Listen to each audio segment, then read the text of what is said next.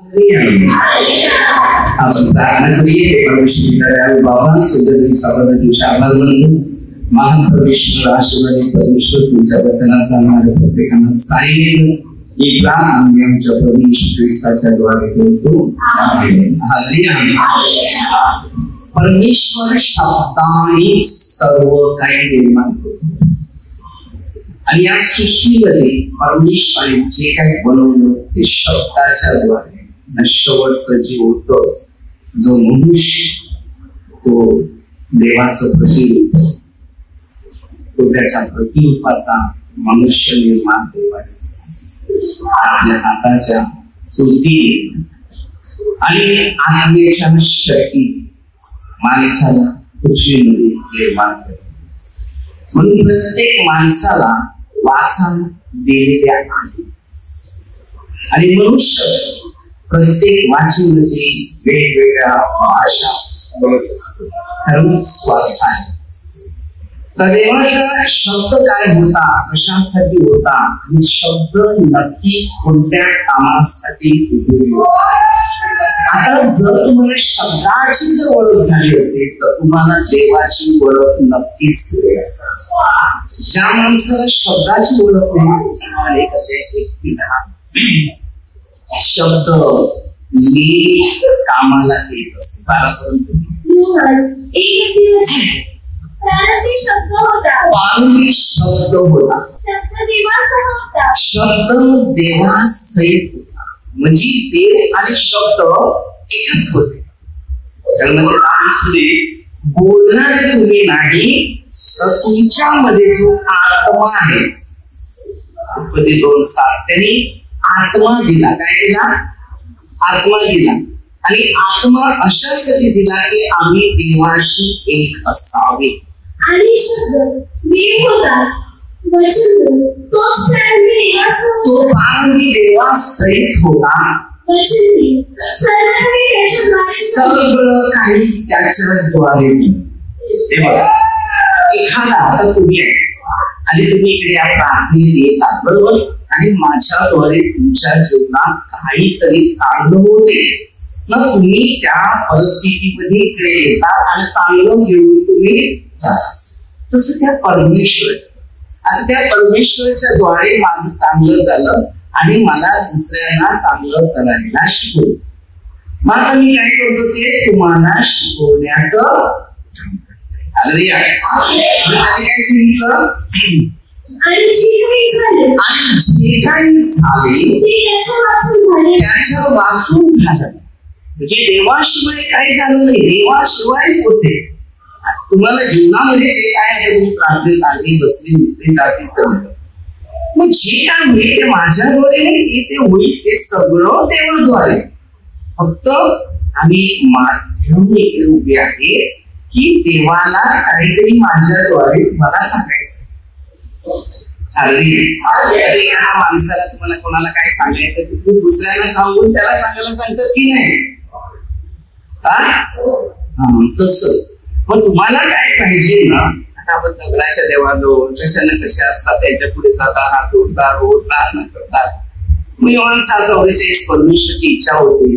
मग मी त्याच्या इच्छा आकर्षल्याशिवाय तुम्ही तिकडे येत नाही. मग तिथे कसं होतं भूत येतो आणि ते भूत अंगामध्ये आपल्याला प्रवास करतात आणि आपल्याला ते फक्त देहासाठीच खायला प्यायला म्हणजे हे आत्म्यासाठी. ही जी प्रार्थना असते ना ती आत्म्याची. योहान 4:24 उपसकाची प्रार्थना आत्म्याने व खरेपण.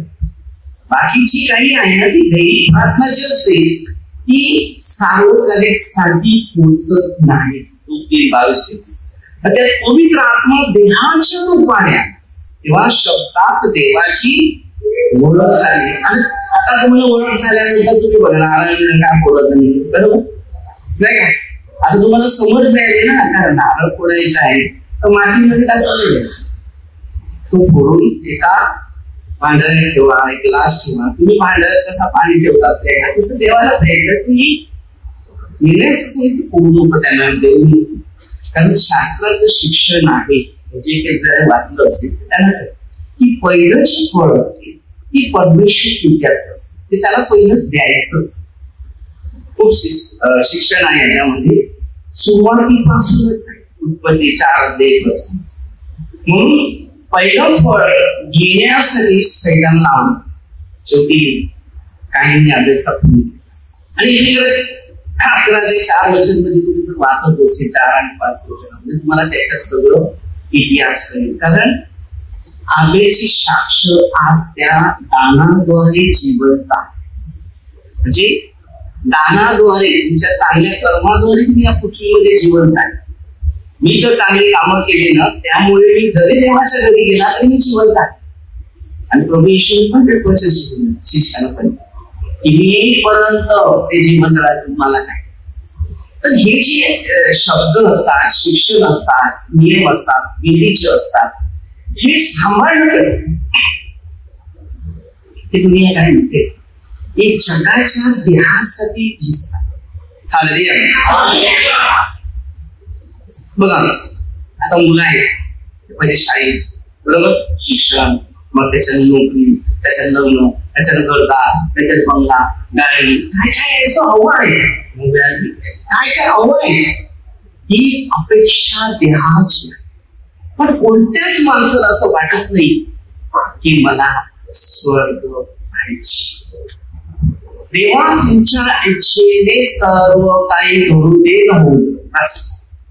मग ती देवाची इच्छा होते. कोणाची इच्छा? कोणाची? देवाची इच्छा. तुम्ही स्वर्गीय बाबाची प्रार्थना घेतली असेल ना का? त्यात काय सांगितले? तुमच्या इच्छेप्रमाणे हो. तुम्ही काय बोलता? तुमची इच्छा. कोणाची? कोणाची?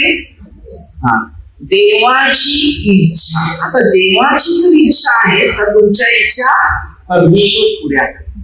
पण तुमची इच्छा असेल तर पुऱ्या होणार नाही. कारण ते 7:33 दिलेले आहे, पहिलं राज्य व नीतिमत्व. माणसामध्ये राज्य सगळं मिळते पण नीतिमत्व.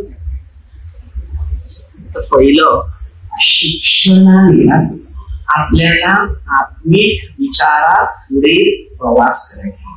जर आध्यात्मिक शिक्षण नसेल तर आपलं जीवन देवाबरोबर चालत. बघा येशू ख्रिस्तामध्ये एवढं पॉवरफुल दान होतं मग त्या 8 पासून. तुमचा शब्द बोलायचा, बरोबर, तरी चमत्कार व्हायचे. येशू बोलतो मी तुमच्या घरी येतो. तुम्ही एक शब्द बोलतो, माझं घर एक छप्पन आहे. छप्पन म्हणजे माझ्या घरात सगळं पाप आहे. त्यामध्ये एक छप्पन आहे. म्हणून कधी माणसाला सांगता बाई छपडे आहेत ना, म्हणजे तो पापी आहे. तेव्हा सगळी त्याला घटना आहे. तेव्हा तो सांगते माझ्या छपराखाली यावी अशी योग्यता नाही. तुम्ही माझा एक शब्द बोला, माझा चांगला बोला. किती शब्दाला डिमांड आहे. मनुष्य शब्दावर विश्वास ठेवतो. आपण कधी प्रार्थनेला येतो ना, आपल्याला कधी शब्द दिले जाते की तुम्हाला काहीतरी जीवनात चांगलं होणार आहे. तुम्हाला वाटते की माझ्या जीवनात आताच्या आता झालं पाहिजे. तसं नाही होत. योहान 5 वाचायचं. 30 वर्ष पडलेला आजारी तळ्याच्या किनाऱ्यावर आणून ठेवला. स्वर्गीय ढोकून ठेवून पाणी आलवायची, परंतु पूर्ण पहिला उपयोग. आता तुमच्यामध्ये जर पूर्ण पॉवरफुल जर विश्वास असेल तर त्याच्यानेच जीवनामध्ये चमत्कार. शब्दाला देवाला विमान द्यावं. आज तुमचा विश्वास नाहीये तर तुमच्या जीवनात चमत्कार कधीच होणार नाही. जर तुमच्या जीवनामध्ये जर विश्वास आहे तर तुमच्या जीवनात चमत्कार. तिकडे पाठीमागे एक बाई बसली. तुम्हाला माहिती मी चुकता इकडे बरोबर ना. गुरुवारचा दिवस तिच्या नवऱ्याने फोन केला, सांगते की वेगळीच काय करते. त्याला माहित नाही, तिला माहित नाही देवाने बाळाची गेली. त्यांना जेव्हा पहिलं बाळ मिळलं तेव्हा जसं देवी तसं फळ देवी खाऊन. कारण ते थोडं जगात तुम्ही प्रार्थनेत द्या, परमेश्वर तुम्हाला पडेल. तर फोनवर प्रार्थना केली, प्रभू येशूच्या नावाने तिथेच डिलिव्हरी करायचं. तर मुलगा झाला आणि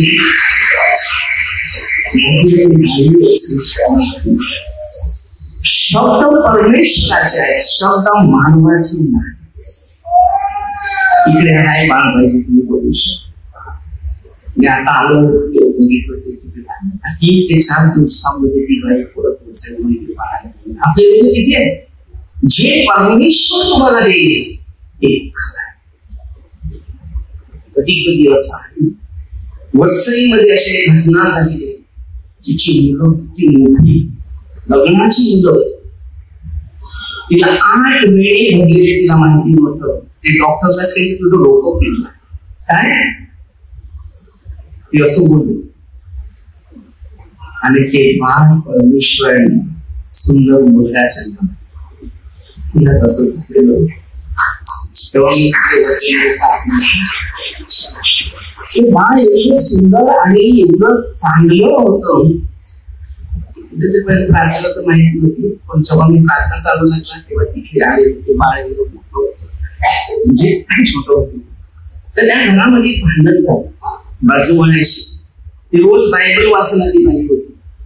एक दिवस तिने मला फोन करून ते सांगितलं होतं, रोषाला असं झालं की माझा मुलगा तुमच्या घरात भांडण झालं, मला पकडलं, त्याची लग्न खेचून आणलं, इकडे बस ज्याला बोलता येत नाही, बायबल उचलतात तिच्या हातात घेतली वाचन ते नको.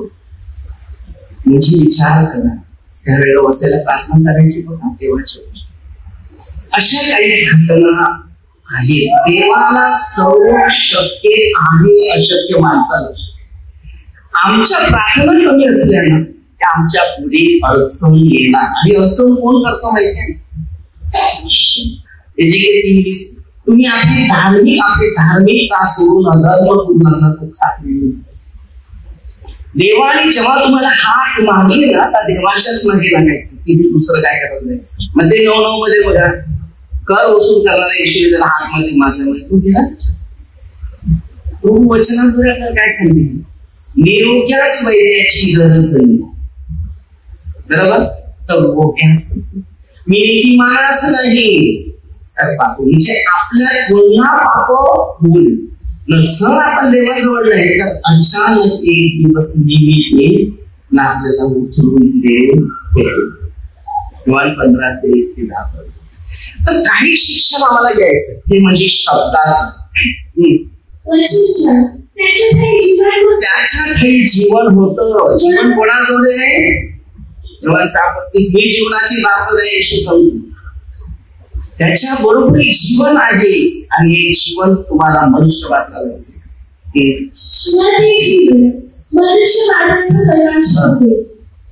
आता आपण प्रकाशित आहे. काय हे जीवन काय आहे, मनुष्य मात्राचा काय काय प्रकाश.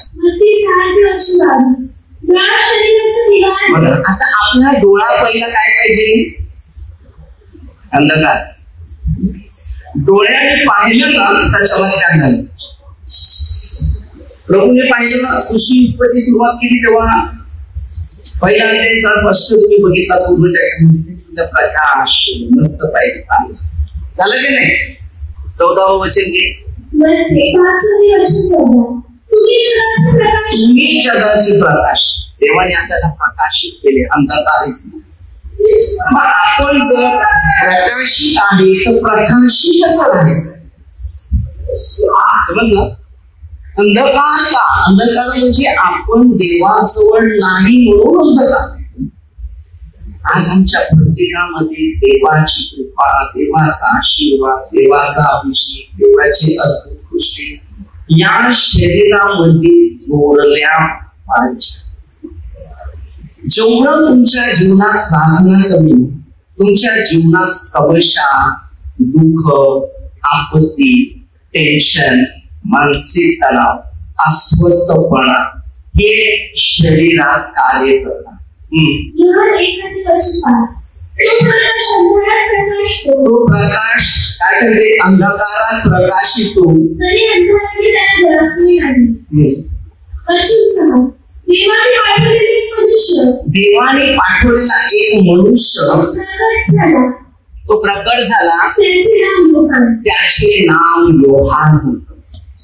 देवाने पाठवलेला एक मनुष्य होता, त्याचं नाव दिलेलं होतं.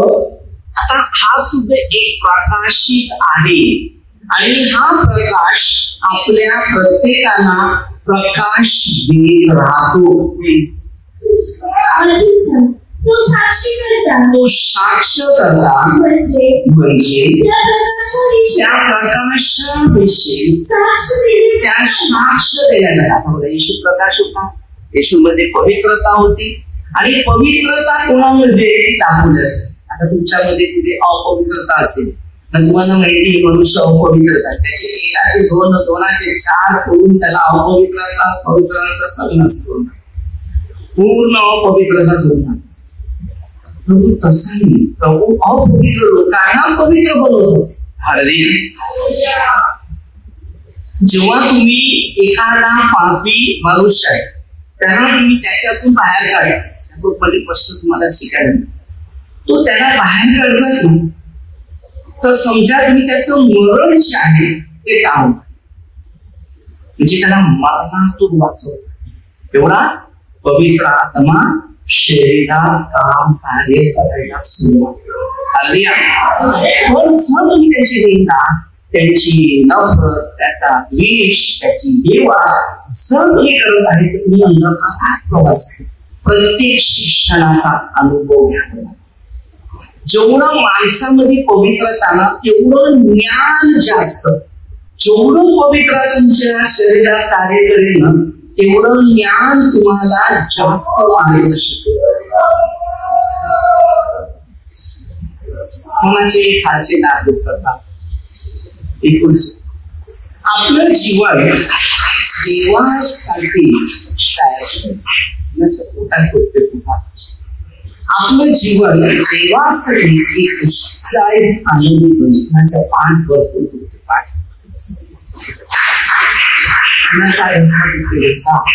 आता तुम्ही तुमचं जीवन देवाला जर द्यायचं आहे तर तुमच्या सर्व शरीरातील भूक येशू संकटातून पुढे जायचं असेल तर येशू ख्रिस्ताचा योहान 14:6 वचन. कारण तो बोलतो मार्ग सत्य जीवन मी. आमच्याकडे जीवन मिळत नाही, सत्य पण मिळत नाही ना, आपल्याला सारखे मार्ग सापडत. जे मार्ग देवाने आम्हाला दिलेले ते मार्ग पकडायचे. त्या जगाचे मार्ग दैहिक असतात पण सुखी समाधान.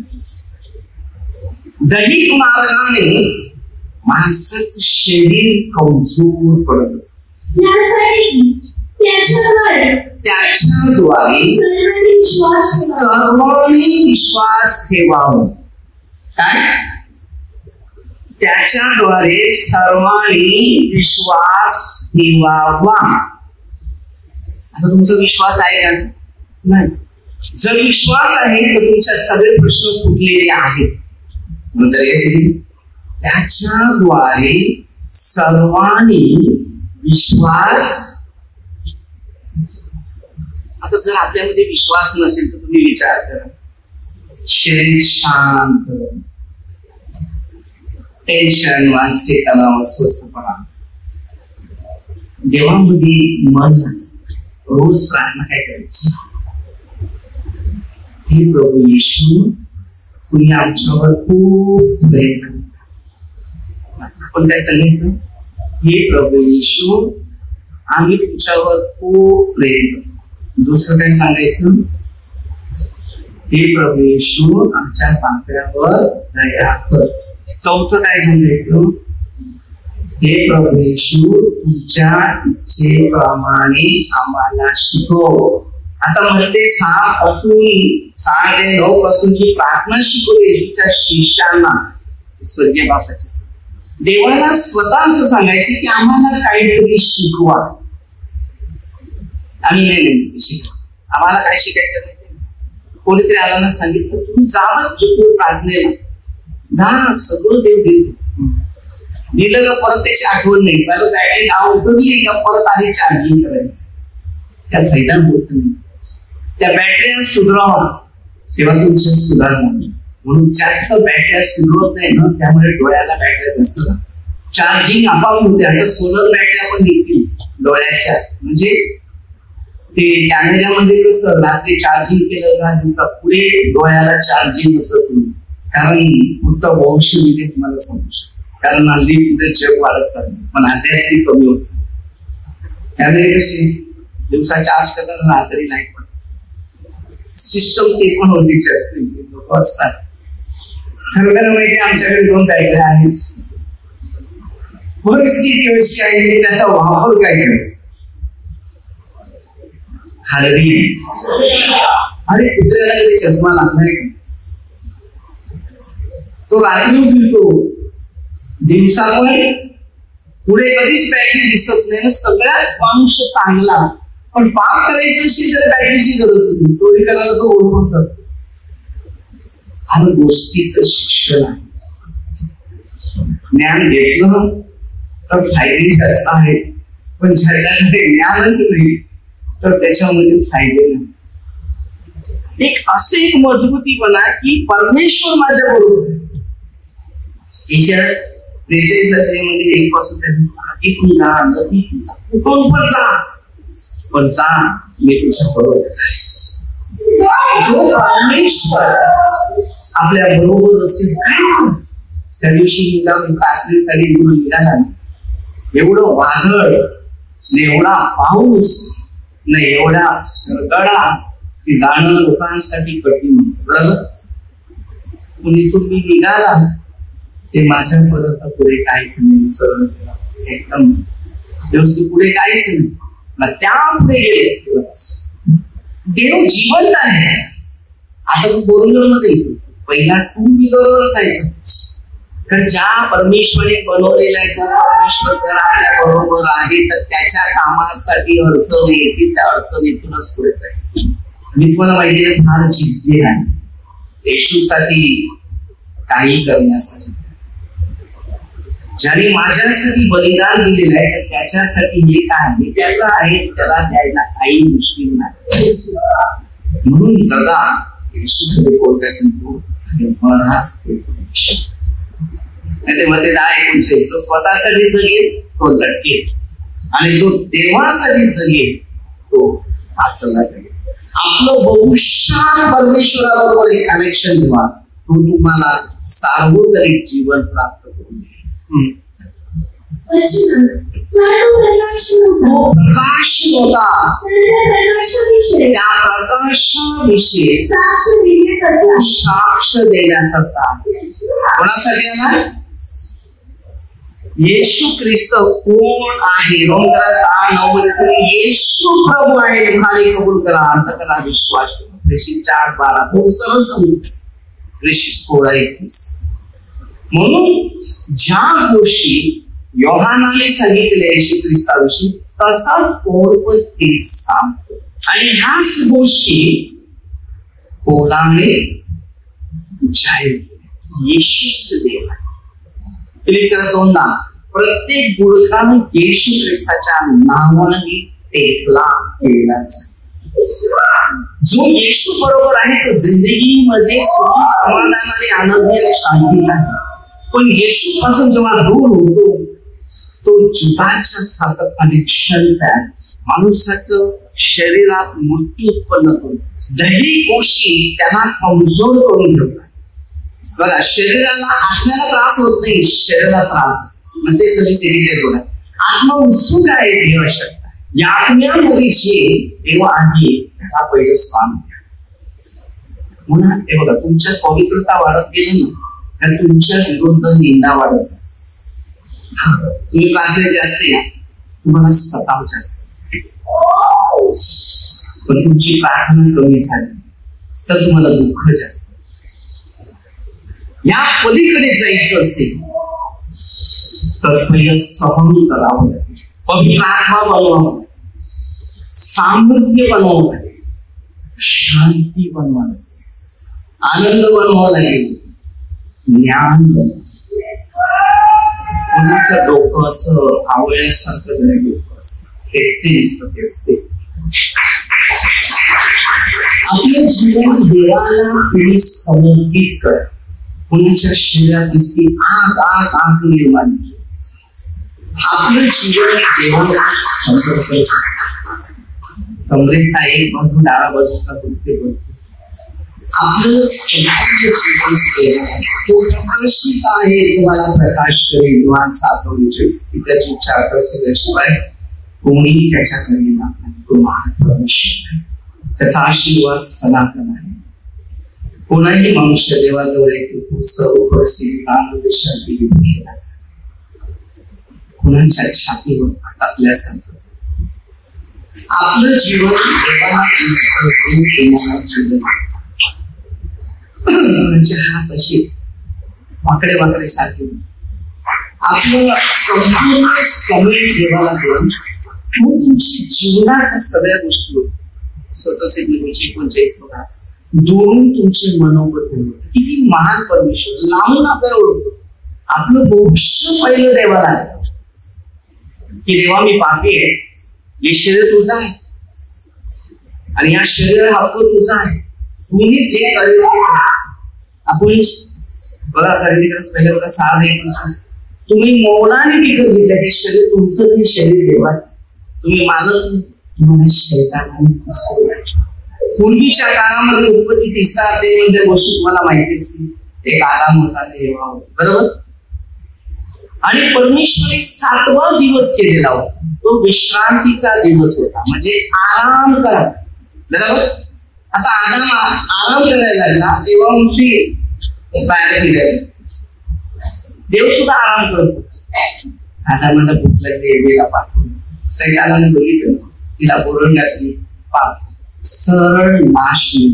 देवाने त्याला आज्ञा दिलेली होती, त्यांनी त्या आज्ञेमुळे तुम्ही जेव्हा दुसऱ्याच्या गोष्टी ऐकतात ना तेव्हा तुम्ही आज्ञा मोडता. तिथेच तुम्ही देवाला हातातून सोडता. तेव्हा मला तुझी गरज नाही असं बोलतात. आणि परिणाम तुमच्या प्रत्येकाला भाग करतात. आदामाने तेच केलं. सगळं राज्य दिलेलं आपल्या हातातलं घालून. देवाची हाक आल्यानंतर ना देव तो देतो ना, तो पहिलं नाही देतो मला. पहिलं थोडस विश्वासात देईल आणि पहिलं तुझी परीक्षा ठेव, किती माझ्यावर प्रेम करतो. मग तो जमा करतो नजर टिकले संकटात, दुःखात, आपुलकीत. येशूचं कार्य कसं माहिती या संकटाचं. म्हणून मध्ये 16:24 मध्ये वचन दिले, माझ्या मागे यायचं स्वतःचा वधाचा उचल आणि अनुसर. इथून जी सुरुवात झाली आजचा काळ असेल. म्हणून देवाबरोबर तुझ्या जीवनात प्रवेश करायचा असेल ते पहिल्या प्रथम देवाचे शिक्षण तुम्हाला आत्मप्रवेश, त्याच्यातूनच देवाचं राज्य बनवावं लागेल. तेव्हा तुम्हाला आत्मप्रवेश. जुदासने पाप केलं नसतं तर त्याला किती राज्य मिळालं. त्याच्या हातात सगळा पैसा होता. अरे स्वतःच्या पुत्राला त्यांनी नाही राखून ठेवलं, तर तुमच्या माझ्यासाठी सगळं बलिदान दिले. तर तो माणूस बनवायच्या अगोदर सगळी सृष्टी बनवून दिली, तरी पण त्याच्या लक्षात. आज आपल्या लोकांमध्ये तेच आहे. तुम्हाला देवाने सगळं द्यायला लावलंय, चांगलं करायला लावलंय, तुम्ही देवापासून तू शेता लागला. मन अंतःकरण क्लिअर नाही, कठोरपणा पण आपली वाट लावून. जेव्हा देव देतो शून्यातून आकार करून आपलं जीवन देवाला. आता तुम्ही स्वतः एक विचार करत असेल की पहिलं आपलं केंद्र कसं, बरोबर ना? नंतर कसं झालं, मी टिकाव धरला म्हणून एवढं चांगलं झालं का? बायबल कसं सांगते की पहिलं वैभव त्याच्यापेक्षा दुसरं वैभव नव्हतं. प्रत्येकी जीवनाचा अनुभव आपल्याला घ्यायचा आहे. तर आपण आता छोटीशी एक प्रार्थना घेऊया. आपला विश्वास शब्दावर असेल. हे परमेश्वर पिता सुंदर दिवसामध्ये तुझ्या आपण मान परमेश्वर परमेश्वर तुमच्या वचनात चालणार प्रत्येकाला सांगे, प्रत्येकाला सर्व पंचप्रदाची क्षमांत सर्व मंत्रोकाल अंग सर्व एक प्रार्थना प्रभू येशू ख्रिस्ताच्या नावाने करतो. आमेन. हालेलुया.